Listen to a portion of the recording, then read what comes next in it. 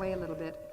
Mr. Kubelka was born in 1934 in Vienna, lived there most of his life, I gather, up to a few years ago, several years ago, when he first came to America, and in talking at dinner time said that he then got a perspective on his life up to then and saw his country and Europe in a new way, and has since then been spending about half of his time in this country and half there or traveling. And oddly enough and fortunately enough, I have here a quote by Stan Brakhage, who was here in October, about Peter Kubelka's films. It was Stan, by the way, who ran in and called and told me he was here and that we could have the possibility of having him come, though he wasn't on our regular schedule. We didn't think he'd be here perhaps for another year. So we got him sort of on the spur of the moment, which was our great good fortune.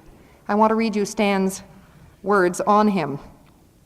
Peter Kubelka is the perfectionist of the film medium, and as I honor that quality above all others at this time, finding such a lack of it now elsewhere, I would simply like to say Peter Kubelka is the world's greatest filmmaker, which is to say simply see his films, by all means, above all else, etc. Peter Kubelka.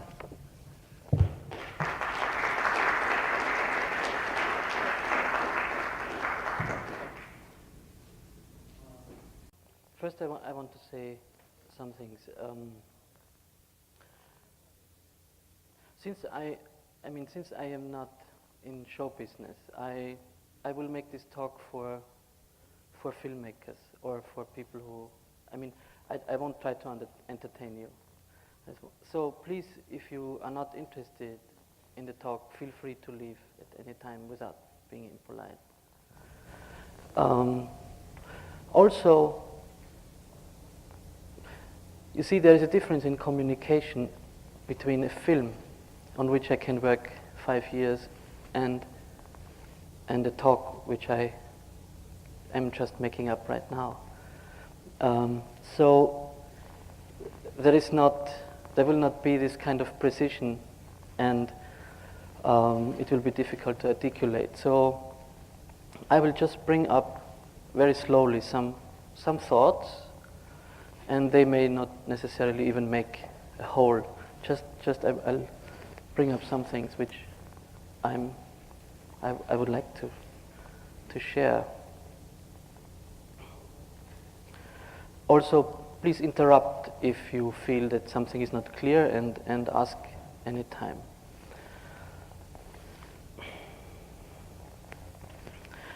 Well,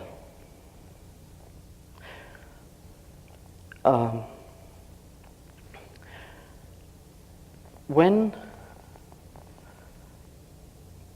we communicate with a material, we must, or let's say other thing, making art is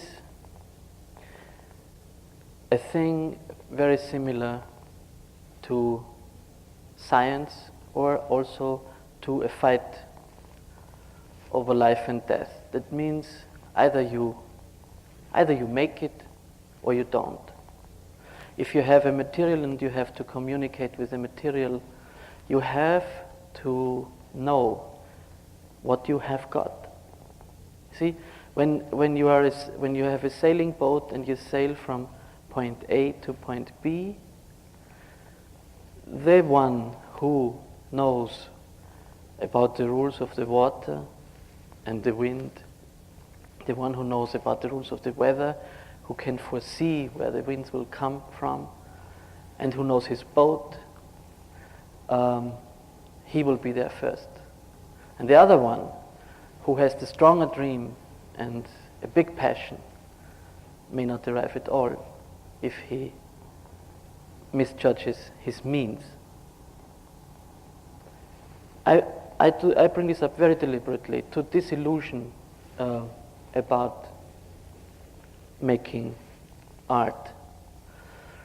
Anybody who thinks that passion alone is enough, although without it there is no reason to enter the whole thing. But when you have the passion to communicate on something and to create something, you must then be very cool. You must know what you have got. You must know exactly what you have got. See? This was one thought. Now, something, the cinema. Let's look at the cinema. What is it? A very cool look at the cinema. What do we have got making cinema? We have got, a little parenthesis. I speak about the cinema which is now all over the world a situation. Of course, we can create different apparatuses and we could have 5 projectors and all that, and mixed media and all that. I don't speak about that. I speak about this normal situation as we find it in every cinema and where our articulation will have a possibility to meet people. So what have we got there? We have a room. I speak also now of ideal situations, not of practical deficiencies. We have a room. And this room, people are coming into this room. They let themselves be conditioned in the following way. There is absolute silence and there is darkness. And they also, and the people are giving to me a certain amount of their time. You see? So this is one situation. Then I have a certain machinery. I have a screen, and I have a machine up there, a projector. And what does this projector do? This projector throws impulses of light at the screen. This is for the optics. Nothing else. He throws 24 impulses of light at the screen. Always in the same rhythm, the same precision. See? Here we come to the first point where the, let's say, classic aesthetics of cinema make the mistake, because they start not at the base, they start already at the situation which is 2 steps away from the base. Namely, they all say cinema is movement, they even call it movie. Where is the movement? There is no movement in cinema, never. There is nothing ever moves. See? On the screen, never there is a movement. On the screen are 24 impulses of light. And I have possibility of putting a stencil in front of the light source, and this stencil can give a certain form to this light on the screen. You all know what I talk about the film, and each frame is this stencil, and I can exchange this stencil in front of the light source every 24th of a second. That means I have the possibility to present to you 24 different images, let's say, per second. And this is the unchangeable iron basic situation for every filmmaker, from Peckinpah, DeMille, Godard, whom you take. Everybody has this situation. No,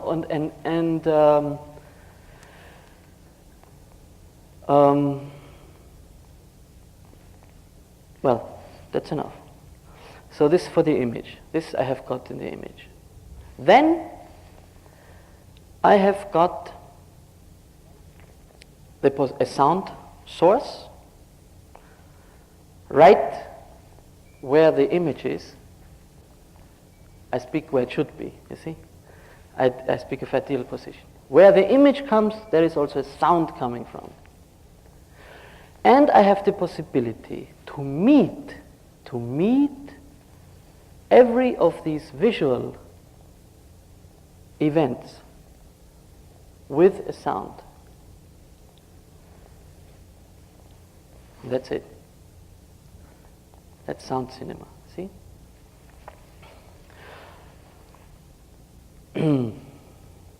Now, the fact that you come and you give some of your time. This is now, here comes in the survival and the passion, you see. So I have other people whom I want, and they come and they give me so and so much time. Of course,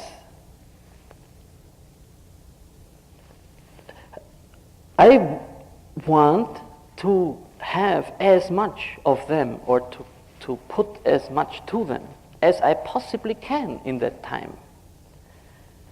And from this follows that I will, of course, use the smallest possible units. The smallest, I will tend to put as much in my time as I can to make the most of the use of the time that I have you, see? And what is the smallest element? It's one impulse of light, it's one image on the screen. Or one sync event. Here we are, sync event, the meeting of an image with a sound from the same source. I go into this later. You see, here comes the economy comes up. The moment I have you for half hour or so, or myself, you see, I want to pack the time as much as I can to okay, that's just clear. But I'll come now. This is the situation of cinema. Let's drop this argument. I want to speak about time now.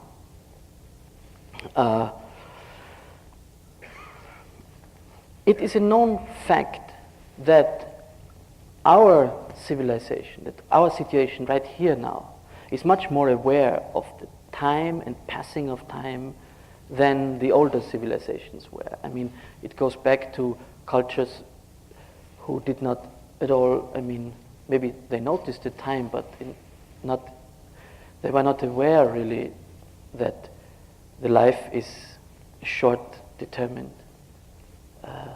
time, space. And the more you make in that time, the better you're off, of course. And there are many attempts to stretch that time, many attempts, including drug use or drinking or health food to get older. Or I mean, anywhere there is a need. We have a need to pack our time, to have to. You see, when you feel every second, you get more out of an hour than when you feel only every minute. And when you feel every split second, you get more out of a minute than if you just have minutes, you see? And now we come to something that why cinema is so good for us. Because for the first time in the history of mankind, we have the possibility to speed up our vision and to control that. That means to articulate things. For the first time, I mean, look at all other visual arts. The painting is static.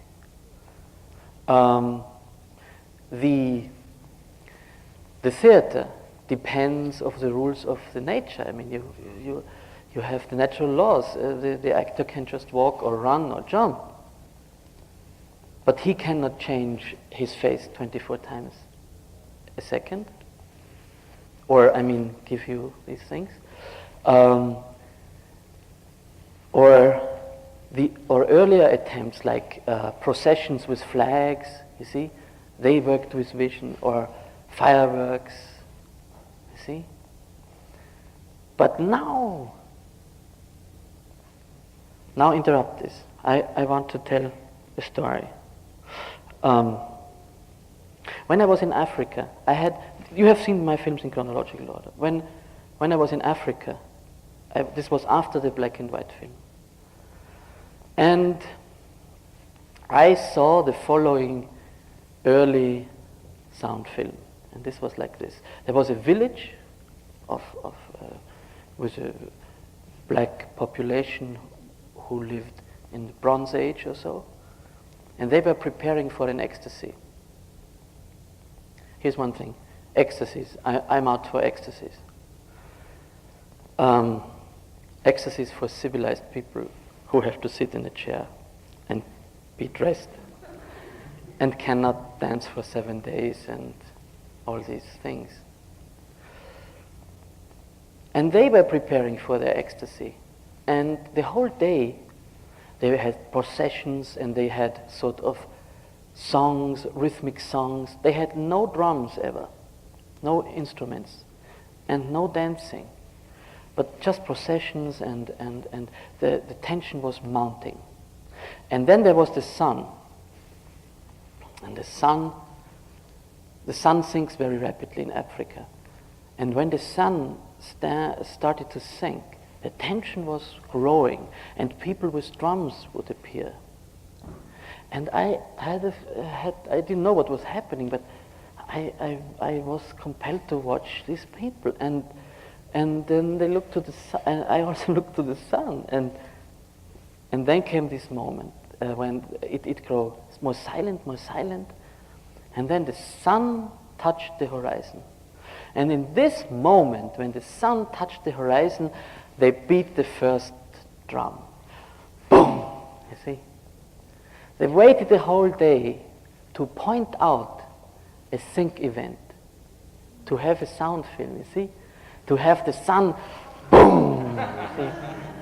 And then the whole ecstasy started. Then they started to drum, and then they sang, and then it went the whole night. But they pointed this out. So you see, but who can do this 24 times a second? The cinema can. I can have the sun rise and go down 24 times a second, see? And I can have a thunder with it 24 times a second when it goes down. Boom! I can have that all the time, you see? My means, of course, is not as strong, because the sun is... I come here to something. Because some people feel that the black and white film is strong or hurts their eyes and so. And this is fantastic, because we live in a horrible situation that, we are awake, we stand there, and then comes this incredible thing, and you cannot even look at it, which is the sun. It comes there and burns everything out for some hours, and you go like this. You cannot look at it. We are now used to it for many thousand years, so we know how to protect us. But we live the whole day face to face to a horror. See? You look at the sun for a minute and you're blind. Imagine that. And then the sun goes down and there's no light at all, and it's a horrible situation again. And we are used to that too now. But our basic situation is a horror. It's just, it's good that we don't feel that all the time. So in comparison with that, My film is a very subdued, pianissimo, subliminated thing, you see? And this is what it, but it still is good for an ecstasy. So this was the story.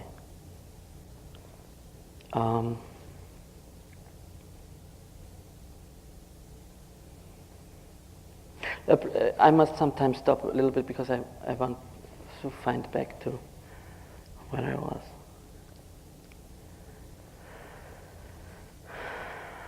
Yes, the sync event and other sync events, for example, dance. The sync event is the event of a meeting of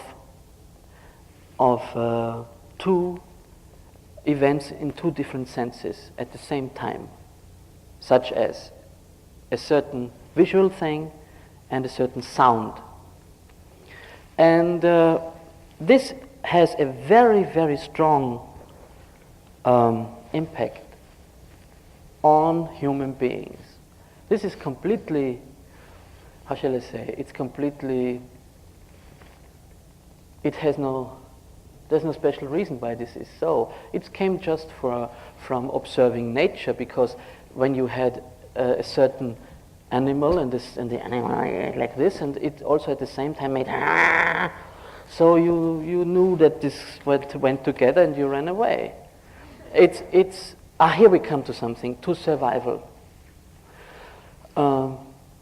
It is my belief that we are the same people than those who lived 200,000 years ago. I mean that there is this long history of the slow growth of mankind, and then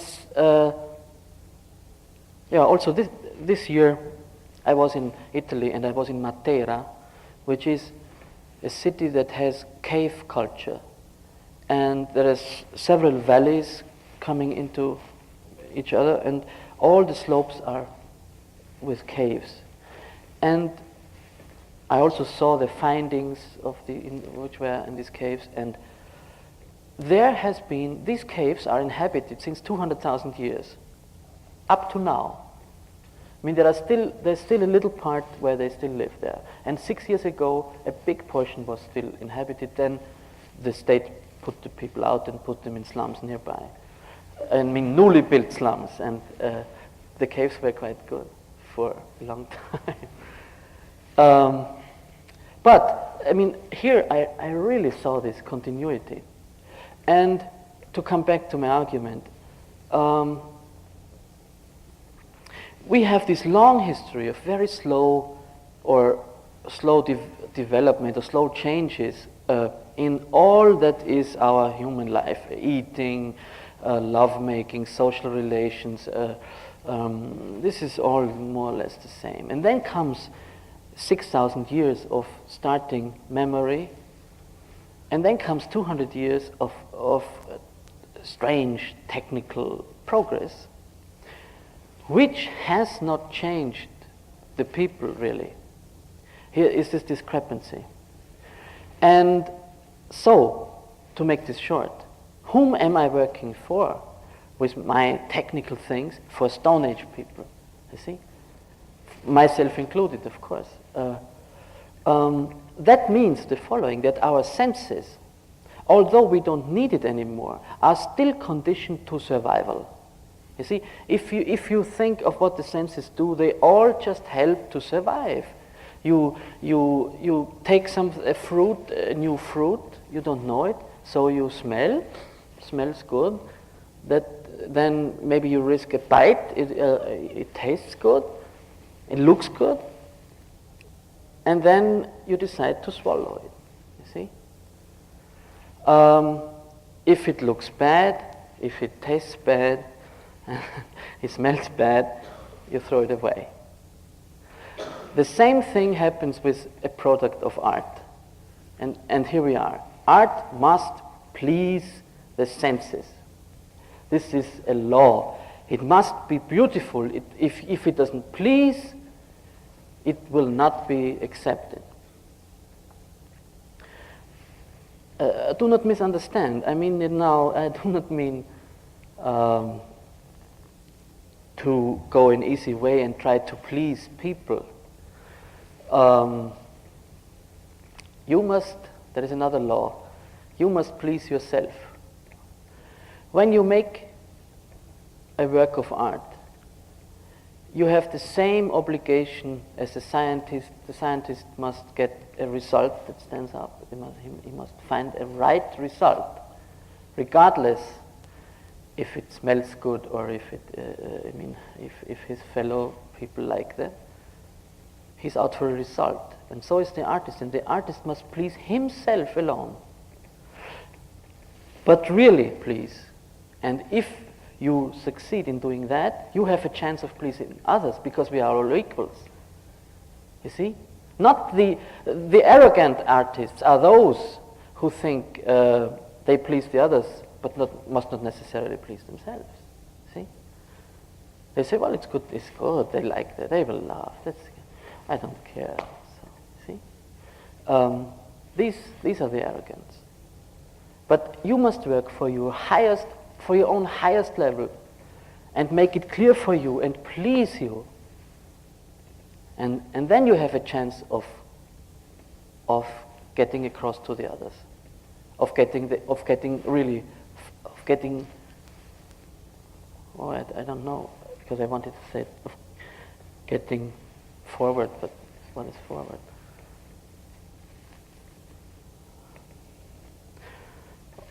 Okay, another thing, to come back on cinema. Now, making art is to articulate, because I must get to you. How do I articulate in cinema? Let's make a comparison. How do other media articulate? For example, language. You have, just to say this before I enter this speech about that, I do not believe that mankind is really able to articulate at all, in any medium, anything new. And the belief that mankind is so much superior to animals is a very touching thing.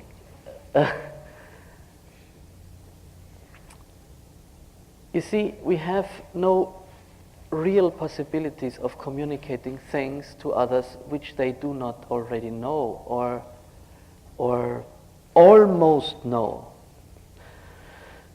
Let's take language. You see, you cannot really articulate with language or tell something to somebody. And let me tell you why. If I speak to you now, and you think you understand me, what is the condition for that? The condition is many years of study, or you study all, even if I'm not a student, many years of practicing, of learning, of an abstract system with, 60,000 combinations of sounds, which are the words, and then a connection of images or of things which come with these words. And to guarantee that you connect the same thing with this word than you must have the same civilizatory upbringing. That means that you must be so similar to myself, having had similar experiences, having even similar interests, the same kind of literature, having read the same kinds of literature, having lived the same under the same laws of daily life. Only this kind of nearness, which is fantastically, it's a closeness which is incredible, enables us to lead a discussion, or to enables me to talk to you. So, and this also of course implies that I do not know really anything which you don't know. I mean, and if I can just try to push you a little bit in one direction, a little bit. If you want to follow in language one of the people who really articulate in language, such as philosophers, you know how many years you have to put in just to read one philosopher. 5 years, 10 years. Just to understand what he means with his semantics, what he means with every word. So a communication is, first of all, it's completely misunderstood. Everybody believes, well, you tell them, and tell what you want. And nobody is aware of this incredible impossibility of really communicating new things. Also, all media of communications are fractitious. You see, we have language, music, sculpture, painting, some kinds of pantomime, some kinds of media which do not really touch each other. I want to say, between each of these communicative media, there are gaps which they cannot cover. For example, I give you an example. I say something in language to you. I say, I'm feeling now quite all right, but it may be that the temperature would change, and if it would get another 5 degrees warmer, I would feel uncomfortable. So everybody now knows this. Now, give this articulation to a sculptor, to a sculpturist, and let him communicate that with clay or with his medium. This will be a task almost impossible for him to do. On the other hand, a painter comes here and paints you a green meadow. Now let somebody describe this to somebody else, especially to somebody who is blind or who has not seen a meadow. So you see that also where we can communicate, it's narrow, very narrow. On the other hand, so I'll close this argument about, you see now how difficult this is. But on the other hand, there is not really much need to communicate much new things because there aren't any. I mean, we are here, we live after the laws that are thrown at us by, you can say by nature, we have this. We cannot get out of this world by no means, except by making art. Or, for example, let's put it simple. For me, by making a film. See, I am born into this here, and I have to stand here, and I wear my thing, but I want out in reality because I want out. So the only thing that helps you here is to create another world on this with this thing, with a little sound and with a little light. And this is the cinema is how I see it, a sort of a mother womb, which gives birth to us in another world. We look out, see. something of another world. Now back, how to articulate. How does language articulate? You have these elements, words, and you say horse.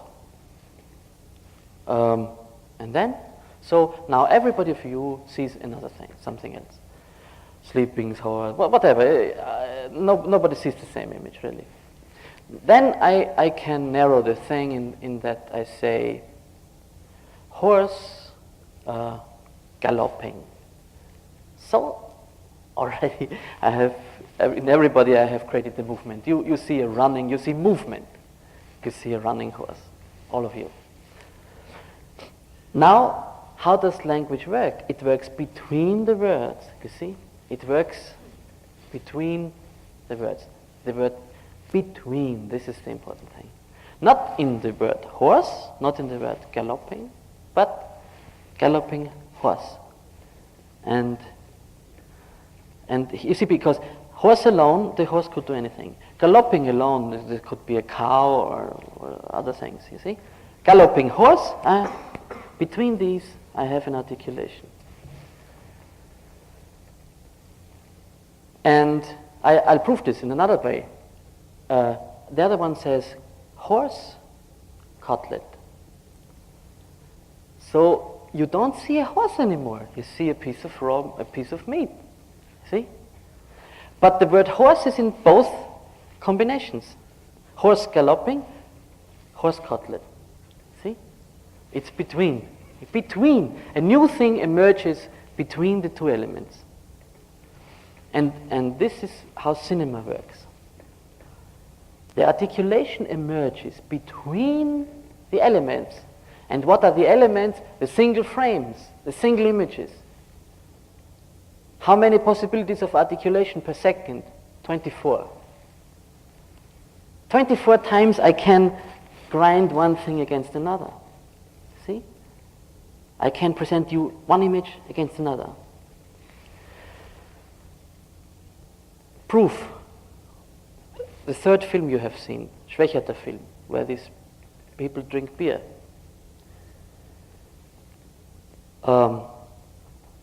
This film consists practically of single images. And you have, one thing that nobody can deny is that this film is an incredibly strong visual thing. This is undeniable. It's very, very strong. But what do you see? The most banal thing. You see one person who just does this. This is what is photographed, really. Then you see a waiter who pours in beer in a glass. Then another element is foam.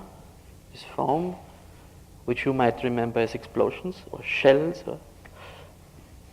And this film for me was the atomic explosion, you see.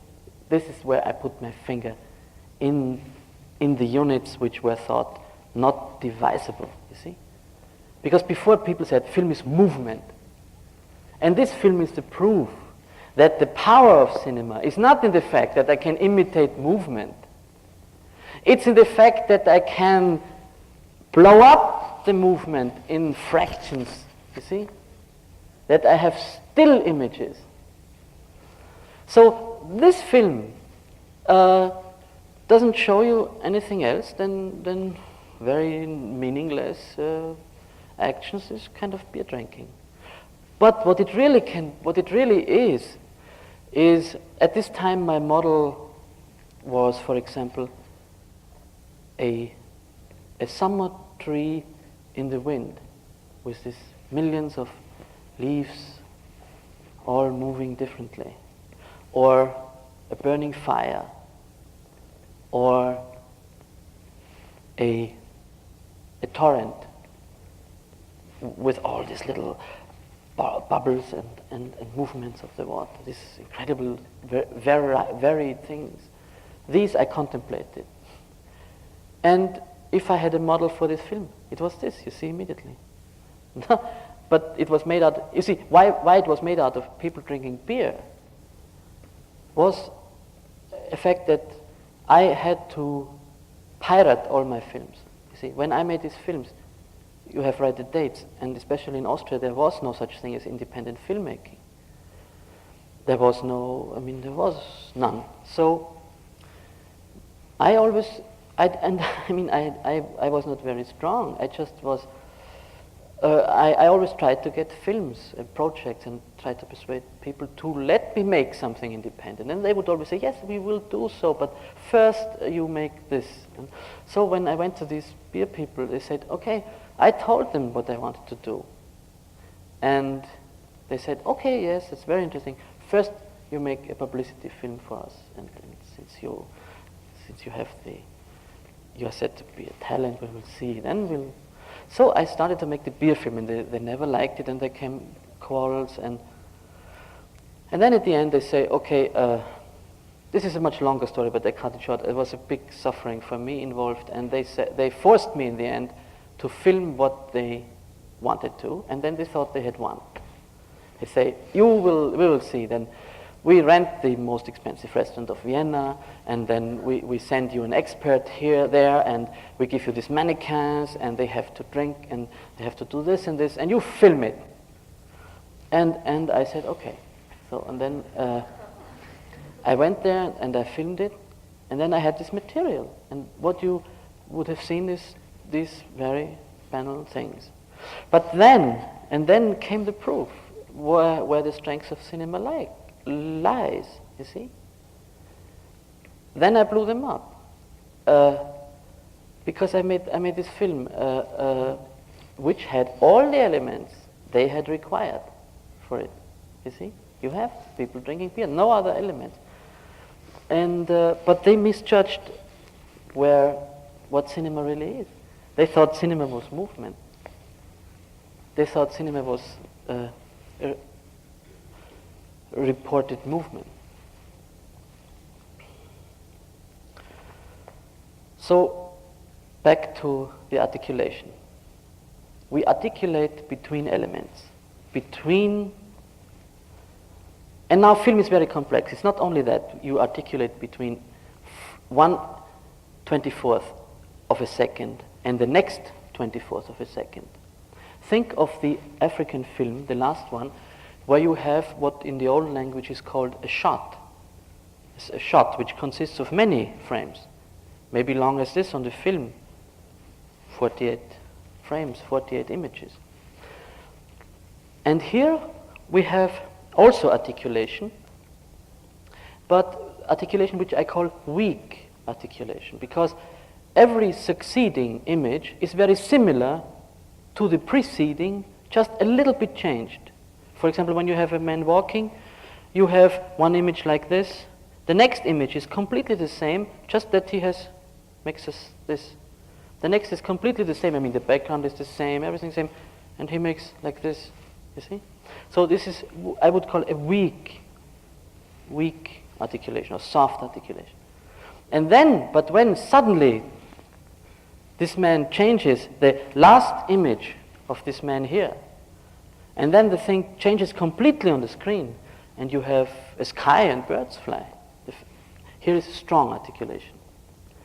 In the Schwächerte film, you have almost exclusively strong articulations.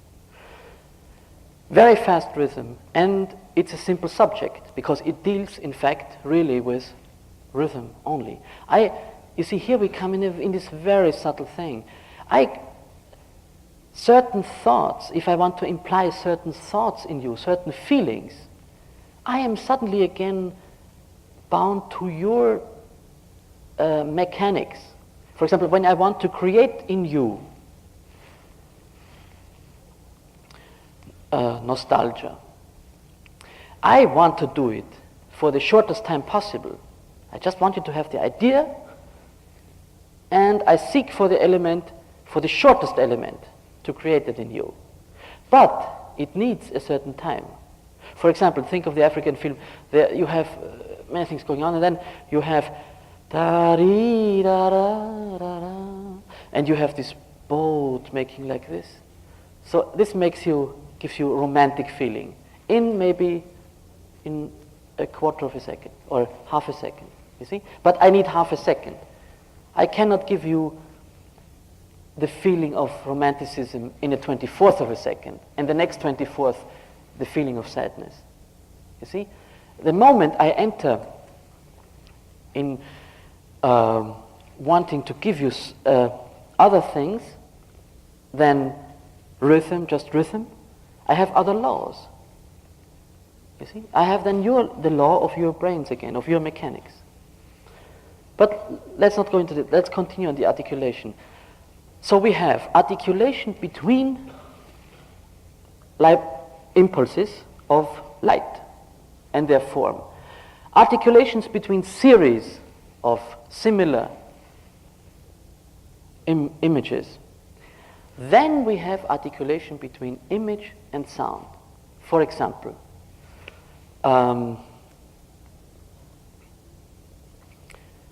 I give you some examples of the African film. I have here an image of a man who shakes hand with his Negroes. He makes like this. Shakes 3 hands. That's one thing. Then I have a sound which is sort of a thunder.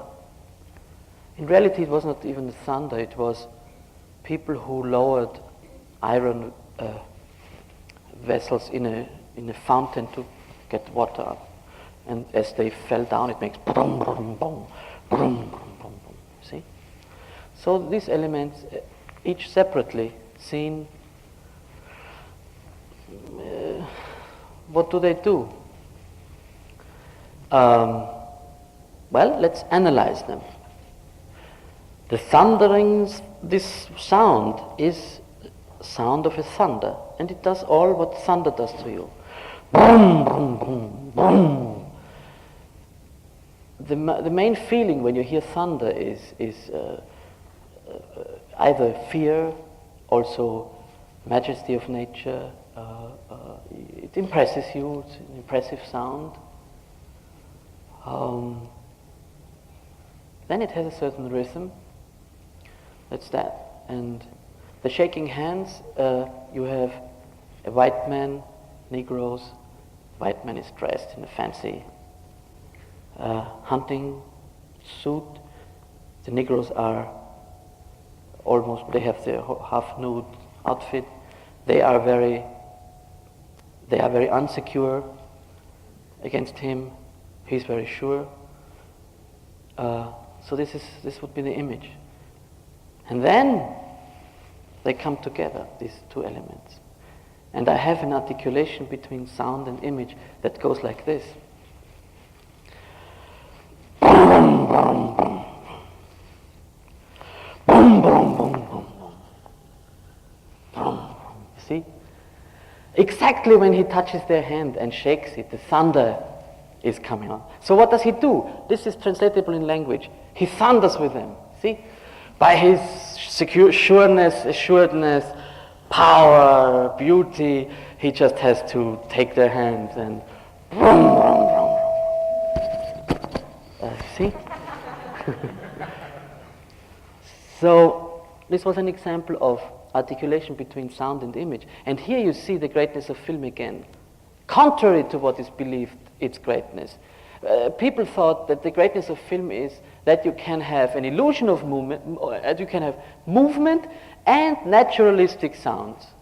I mean, you can really have the actor walking and you hear, fine. The contrary is true. The greatness of cinema is that I can get rid of the sounds which nature has bound to the visual, you see? In reality, I always have this, but in film I have, you see? But I can use this impact of where a sound is expected and the rhythms of the visual. I can use this to articulate against my sound, you see? For example, if you watch there's this dancing girl who makes this movement, and you see her all over the film appearing many, many times. And each time she's completely different because she reacts to a different sound. And she articulates with a different sound. For example, once she makes there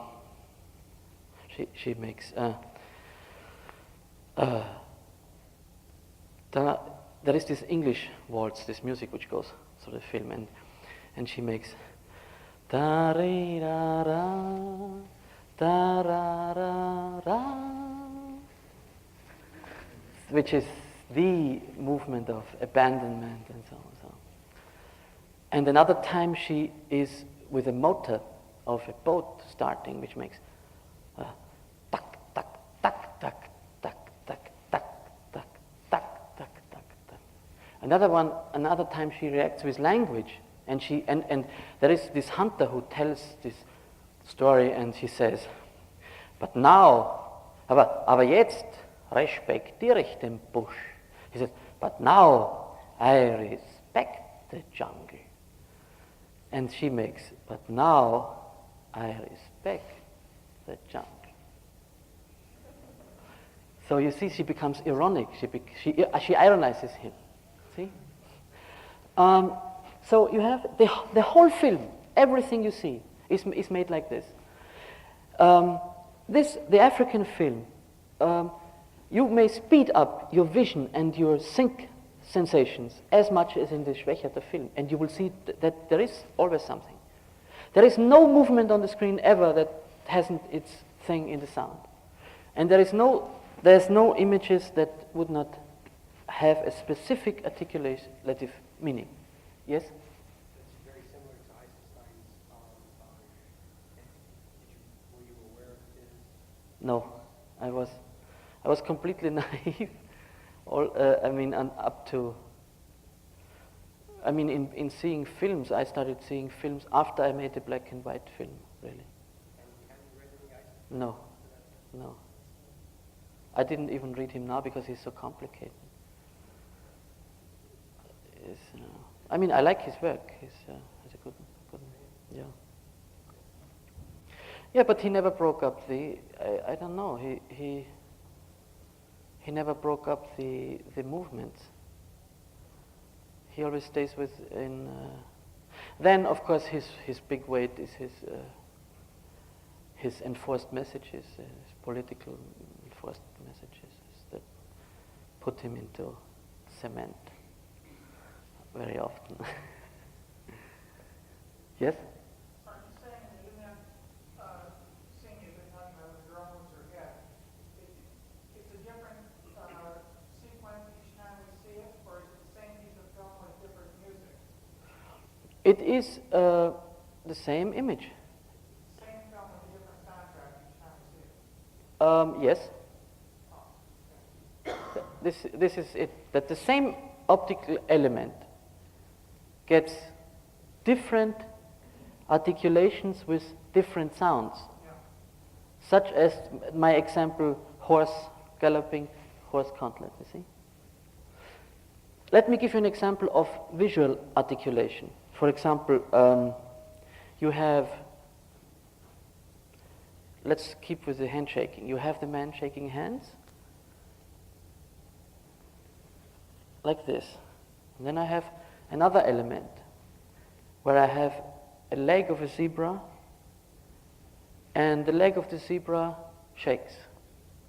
But it happened so that it had the same angle, the same position as the man's hand, and it shook in the same rhythm. So I put these two things in a way that the man's hands shaking is continued in the zebra shaking. See? So what do you think? You think, he also shakes the zebra's hand. See? You think, this Negro, and the zebra. and But in the next shot, you suddenly see the reason why the zebra's hand is shaking, because you still see the shaking, but you see that the skin is, it's because they tear the skin off, you see? So you see how the visual articulations work. Image against image, image against sound, image against following sound, sound against following image. All of your comments and your films also indicate that you're primarily working abstractly with abstract elements of the film, and yet in the last film, you have this element of social comment in the film, which is there. And I wonder how you feel about it, whether you feel that it's an important aspect of the film, whether it's not really, the film really is a social comment. No, I don't feel. You see, I just took here some example which may seem a social comment, because they are easily translatable in language. There are many other articulations which I couldn't use for these examples. They are even the better ones. Well, I wasn't only referring to that. I would have said the same thing even if you hadn't brought that Yeah. up. I feel that there is Yes. a lot of No, I have no social. You see, I mean, there are social problems. That's fine, but or I mean, that's not fine. But this is not the main problems in. But the you talk about I irony have. in the film. Pardon? You talk about irony in the film, right? Yes. And irony in the abstract, but you can't create irony in the abstract without creating a social situation which. It must not be a social situation. It must not be a social situation. But what are the situations? Well, no, I tell you something what I want. You see, I talked about the senses being all this old kind for survival. And so are the emotions. You see, we have these emotions where we think they are something special. In reality, they are sort of 100% sure chemical reactions. I mean, you have a woman, a potential mother walking here, then you put a crying baby in a certain age right here. She sees it, her stomach makes and she says, "Oh, poor child." See? So there's, I mean, nothing special. This is like hitting somebody with a hammer, and he makes "ow."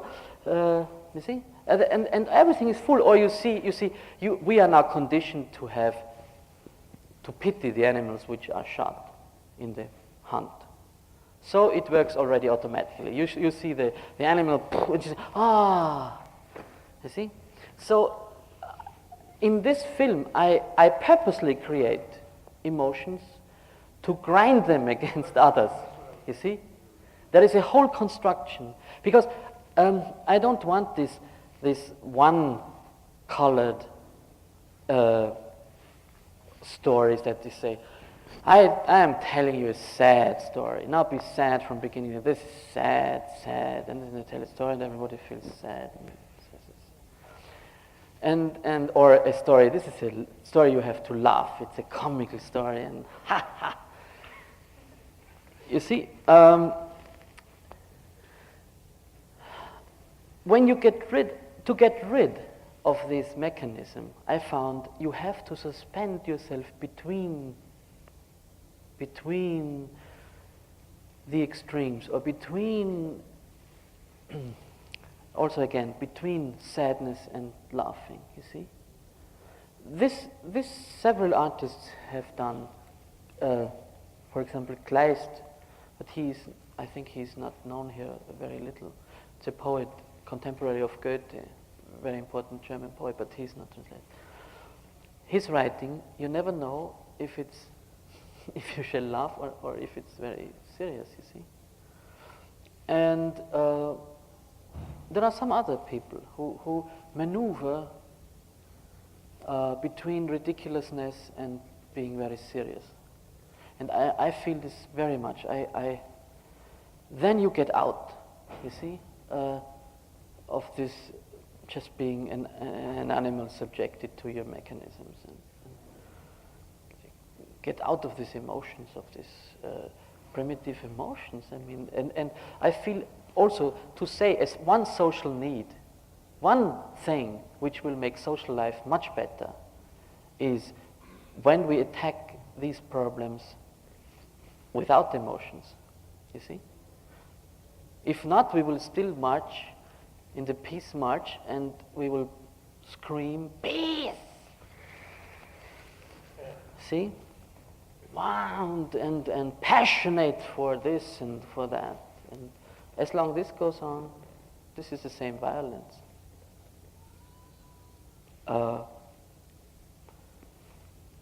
We must get distance to our own existence to solve these problems that come from this just instinct to survive at all costs. See? Sorry, you have? Some would say that, on the contrary, a work should be consistent in whatever flavor, that it should be true to the images. And, one of the problems with cinema is you have to use an image, sometimes anyway, in mosaic, for instance, which is particularly relevant. You didn't use an image in some of the others, but in mosaic you did. And for me at least, you did call out a very distinct flavor. It was a difficult flavor to describe. It was a very European, and forgive the term, but almost kitsch, post-war flavor. I mean, it was very strong to me. And, you had solid images there, and which I can't reconcile with your trend towards manipulating form. Well, this film was my first film. Was made in 1954-55 when I was 21 years at this time. So of course it is. I had not the same. At that time I was not so clear about that, but I had a strong passion for several things, and so of course this film is different. I was talking of the African film now. See, sorry. In mosaic, if I can carry that on, was there any, for you, was there any intellectual kind of association? Was it an experimental film in the same way? Oh, sure. In Mosaic, I already was aware. You see, my dreams are visible in Mosaic because one thing I wanted to make was rich seconds. You see, you have these short elements already coming up.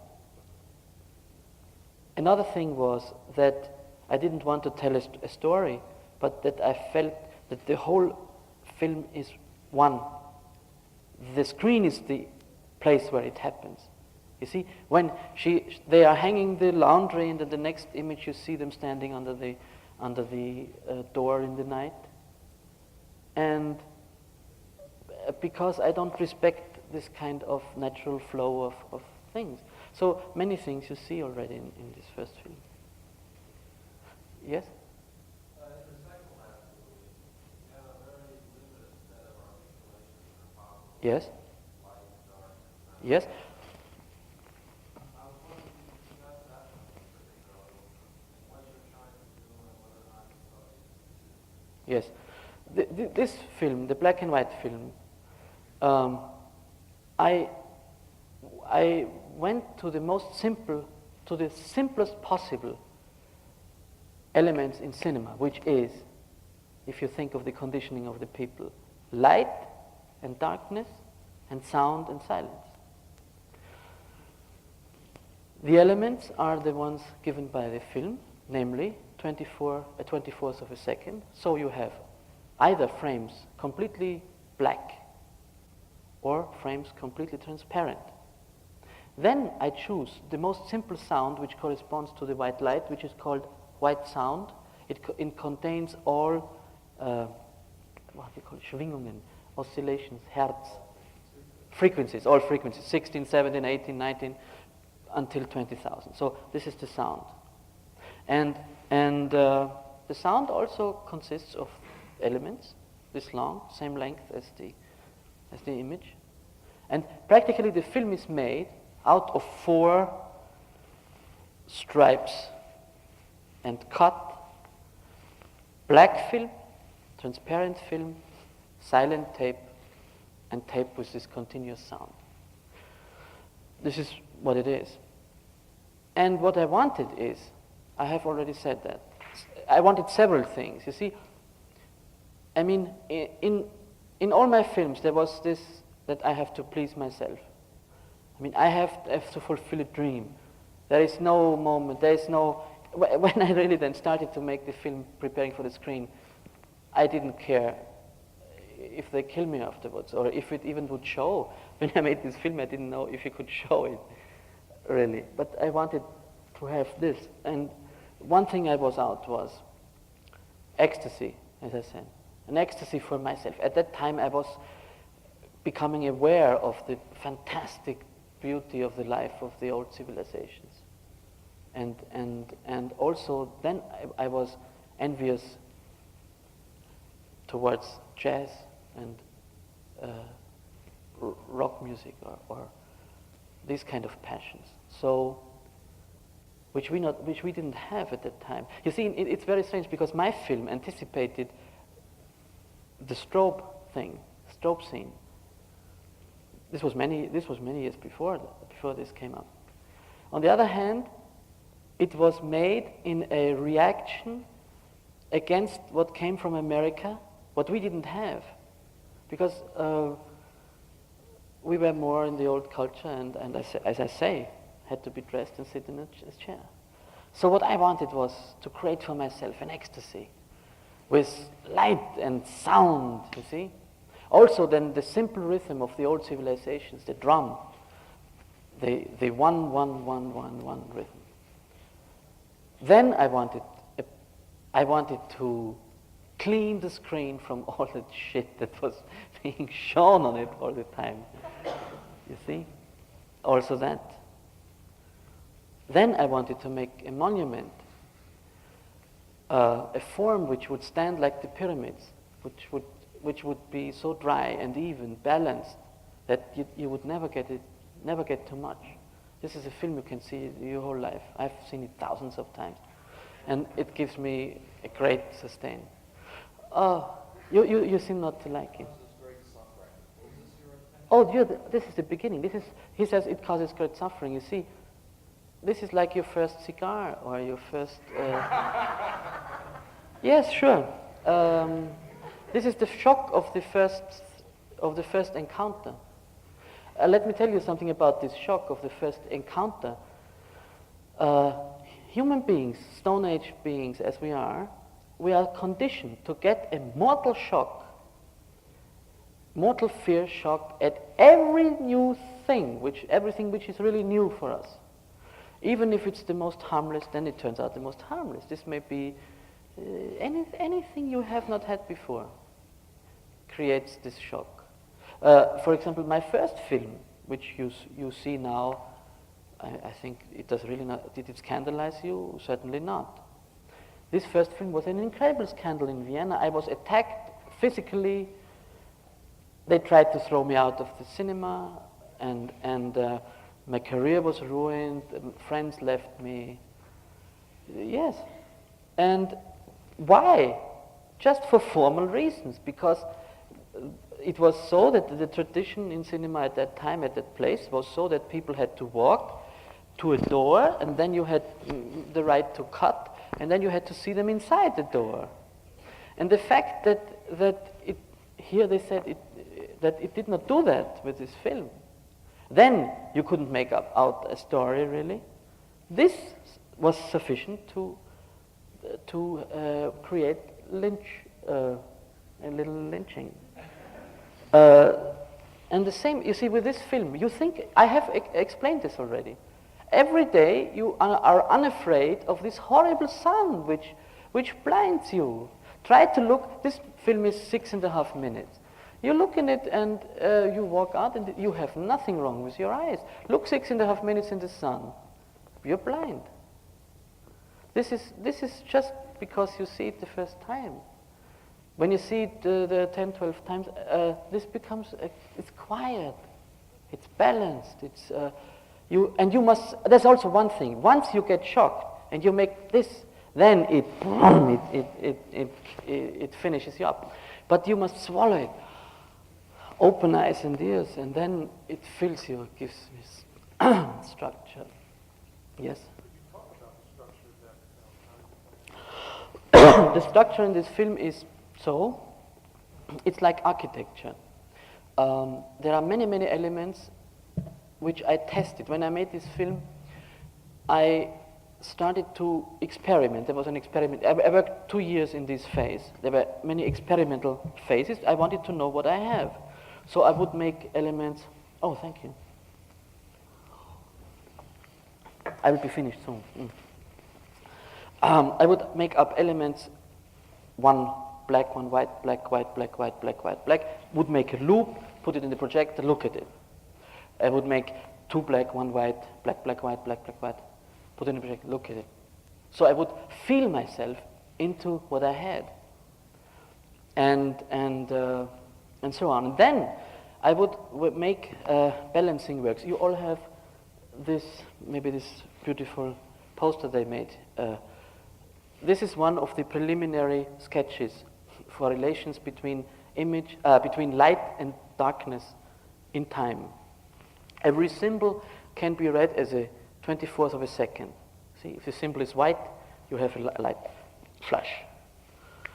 These were so. And then when I made, this is very difficult to explain. It would take really some hours to go more into it. So I just tell you. And then another phase was to balance it out. I had a number of elements which I wanted just to be cold, put one against the other. I mean, this film has no emotional composition. It does not go not this kind of composition, of feeling. You see, it's built like architecture, measured. I had mathematical tables, and the work seems very much, if you look at it now, like made by a computer. But I could have used one, but I didn't have one, of course. Also, the Schwächerte film was made like this. This is also a thing that I wanted. Not this kind of amorph going on with my time. I wanted to have approximately the equal tension in all minutes, or in all seconds. You see, this film goes like this. I call these films metric films. The second, the third, and the fourth. Adebar, Schwächerte, and Rainer. The first of these films, my second film, has all elements are equally long, or half long, or double long. Such a simple thing. Also, you see, cinema, like in music, this is a very important thing. When you are a musician, what you do, you are surrounded by millions of amorph things. In order to go ahead, what do? You simplify. You say, the only thing that goes is ba ba ba be ba ba be. This is what I have. And all the others are eliminated.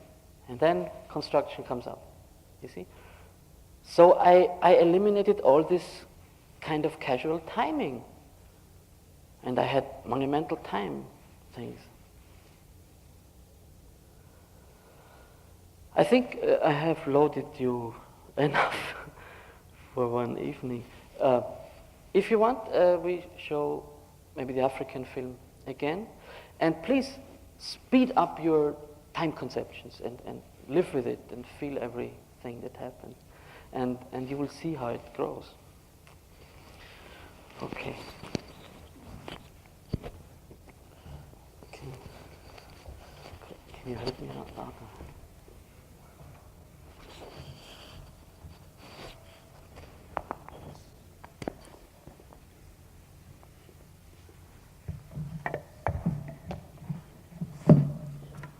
We should put it out, if not we will get a double feed with this.